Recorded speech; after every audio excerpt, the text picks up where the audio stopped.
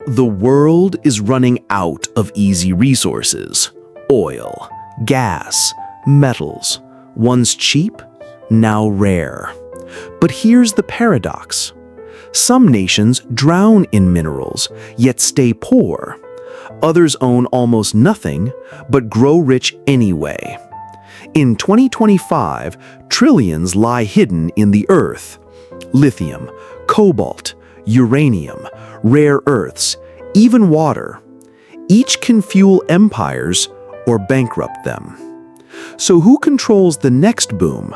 Which nations hold fortunes if investors dare enter?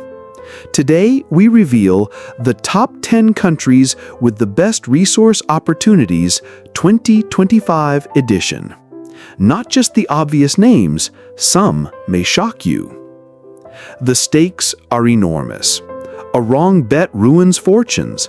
The right one builds dynasties. So, who becomes the next Saudi Arabia? The next Norway? Which nation do you think will surprise us? Global demand is exploding. Electric vehicles devour lithium, nickel, and cobalt. AI servers and semiconductors consume copper and rare earths. Food systems depend on fertilizer, water, and farmland. By 2030, demand for critical minerals may triple. Here's a striking fact. One smartphone requires more than 60 mined elements.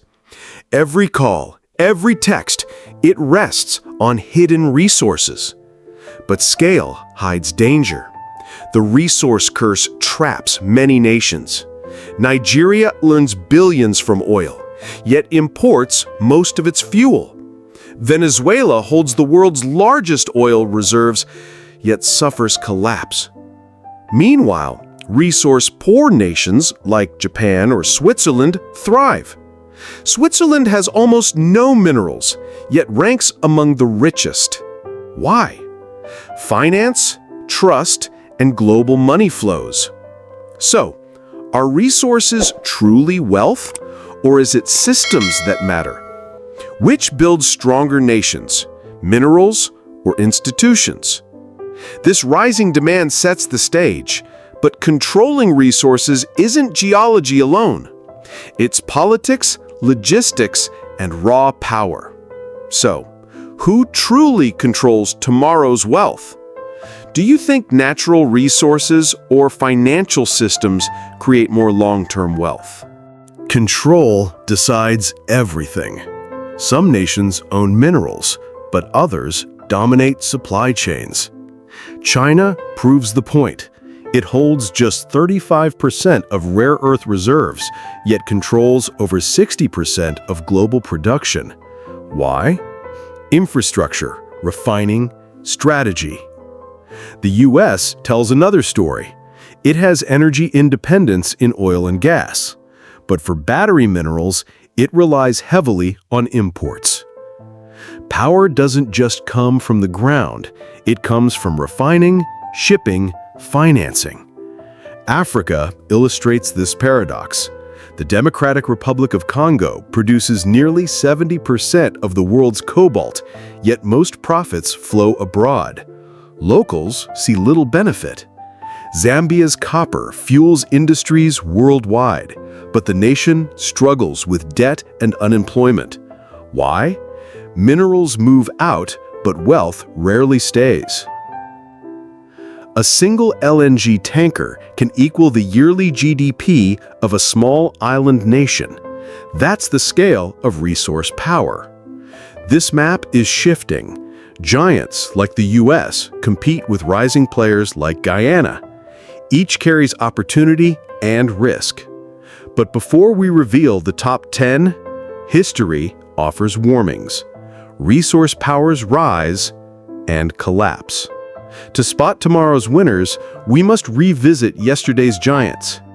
Would you invest in a country with unstable politics but massive resource potential? History is filled with nations built on resources. Britain's empire rose on coal and steel. The US soared with oil, fueling cars, planes, and industry. The Gulf states turned deserts into skyscrapers with crude oil. But history warns. Venezuela owns the largest oil reserves, yet corruption and sanctions erased its wealth. This is the paradox of plenty. Sometimes more resources mean more problems. Norway tells the opposite story. It discovered oil in the 1960s. Instead of spending wildly, it saved. It built the world's largest sovereign wealth fund, over $1 trillion today. Kuwait followed a similar path.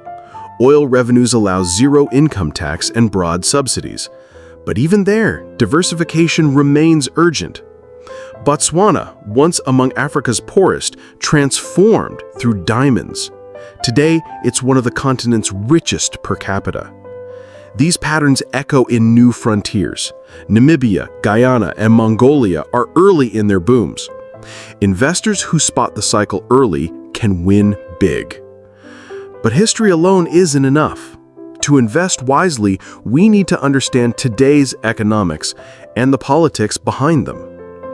Which countries' rise from resources do you find most fascinating? Resources alone don't create wealth. The secret is management. Strong systems, low corruption, and clear policies attract investors. Weak systems drive money away. Here's the hidden truth. Resource-rich nations often lose 30 to 40% of potential revenue to corruption.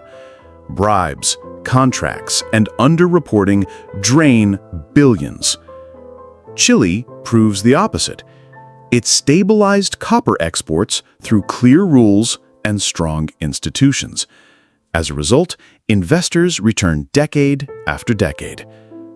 Contrast Nigeria. Oil revenues are huge, but refineries lag, infrastructure crumbles, and corruption drains profits. Pattern interrupt. Some governments earn more selling mining licenses than from minerals themselves. Paperwork proves more profitable than the ground. Another secret is leverage. Countries use reserves to secure loans or trade deals. China pioneered this, exchanging infrastructure loans for oil or copper repayment. For investors, these dynamics are decisive. Will the government honor contracts? Will currency swings erase profits? Will sudden policy shifts kill investments overnight?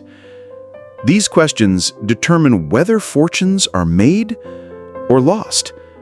But economics isn't just numbers. Resources also shape lives, societies, and everyday realities. And that's where the story gets human. Would you prioritize profit or stability when investing in resources? Resources reshape lives. Sometimes they build skylines. Other times, they bring hardship. Dubai is the clearest example. Oil turned desert into glass towers. Diversification now sustains its wealth. Congo shows the opposite. Cobalt miners dig by hand, earning $2 a day. Their labor powers Teslas and iPhones. Paradox? Billionaires profit, locals stay poor. For investors, it's not just minerals. It's lifestyle, taxation, law. Canada and Australia stand out. High living standards, secure contracts, stable politics. Mining here is among the safest globally. In some oil nations, gasoline costs less than bottled water. Paradise? Not quite. Pollution and instability soon follow. So investors face a choice: chase unstable markets for massive returns, or choose stability with moderate gains.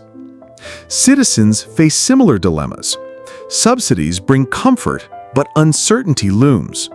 Service-based economies often deliver stability without extraction wealth. Possibility and reality matter, for citizens and for investors. But where are the real opportunities in 2025? The countdown begins. Would you invest in risky emerging markets or safer developed ones? Here are the top 10 nations for 2025. 10. Brazil. Iron ore, agriculture, rising lithium, a global giant. 9. Canada. Oil, uranium, gold, lithium. Stable politics, advanced mining tech. 8. Namibia. Uranium and rare earths. Small but stable for Africa. 7. Saudi Arabia. Famous for oil, now pushing into mining. 6. Indonesia. Nickel powerhouse. Critical for EV batteries. Plus palm oil and coal. 5. Australia. Lithium leader, gold exporter, natural gas supplier. Resource secure. 4. Guyana. Offshore oil boom. Per capita wealth may soon rival Qatar. 3. Chile. Copper and lithium giant. Long-term stability. 2. Democratic Republic of Congo. Cobalt and copper. High risk, unmatched supply. 1. United States. Oil, gas, agriculture, rare earth expansion. Scale, tech, security. Lithium is called the new oil, but some analysts warn it may already be overhyped. This is the top 10, but knowing the names isn't enough. The question is, how should investors act? Which of these 10 countries would you invest in first? Resources are wealth, power, and risk combined. They can build nations or destroy them. History rewards those who spot booms early. It punishes those blinded by greed. The top 10 nations for 2025 all hold promise. Some offer stability. Others, explosive growth. None are risk-free. Political shifts, corruption, or global price swings can erase fortunes overnight. So here's the lesson. Don't just chase shiny minerals. Understand the systems, laws, institutions, societies. That's where long-term wealth lies. If you could own a resource company in one country, which would it be? Comment below. And if you like this video, subscribe and share it with investors you may know. And don't miss our next documentary. We'll explore the hidden trillion-dollar water economy, a resource more valuable than oil, yet often overlooked. Until then, remember, the world runs on resources, and the smart money runs ahead of the rush.